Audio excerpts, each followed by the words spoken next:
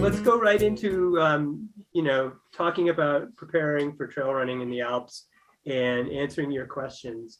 But I want to talk about people traveling a long ways. I mean, what would you recommend for someone? I think routine is really important. I think getting into routine as soon as you get here and getting some sort of schedule, it definitely helps you to regulate your body and your eating and your energy levels and things like that. Mhm. So Just be kind to your body.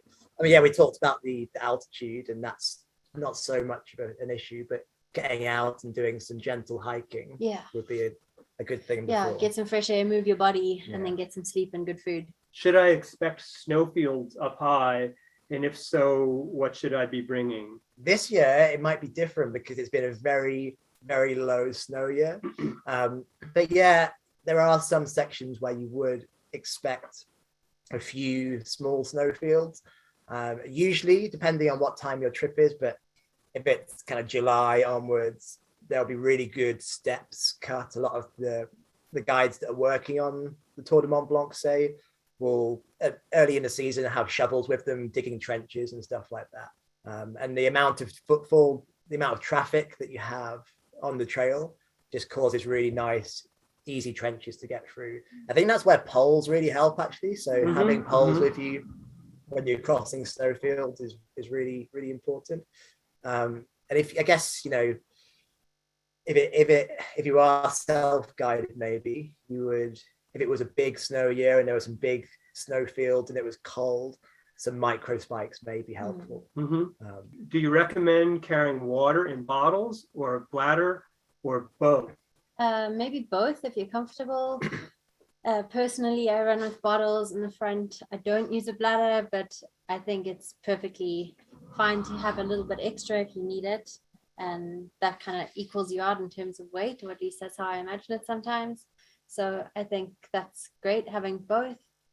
In terms of water in the Alps, getting a little filter for your bottle would be very handy. I don't personally use it all the time, but I know a lot of people do.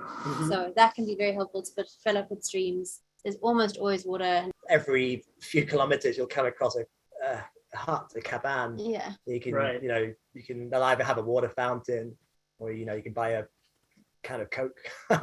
What extra gear would you carry? Whenever I go out, I tend to always think about worst case scenarios. So I think, the weather, if I roll an ankle and I have to walk myself off the hill, then am I going to be able to look after myself? So it's always really weather dependent, time of year dependent, and having enough layers to deal with that worst case scenario. And I always, especially if I'm going for a long run, maybe not just up and down from the house, but if I'm going for a long run, I'll always take some kind of small shelter, like a small foil shelter that I can get inside if it all goes really bad. I'll always take that on the long run. Is there anything that you would do? No, I think that's super smart. And I think also if you do have some strapping or some bandage, anything that you can tie tight just in case you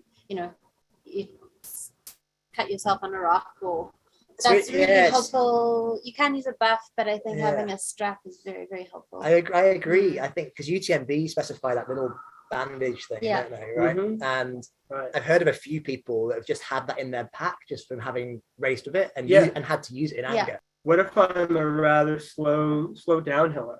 Yeah, well, I think firstly, like on a guided trip, there's a decent amount of emphasis on improving skills as well. So there'll always be some coaching. And I think the really nice thing about the guided trips is that they're usually just a great crowd of people, and everyone kind of supports each other.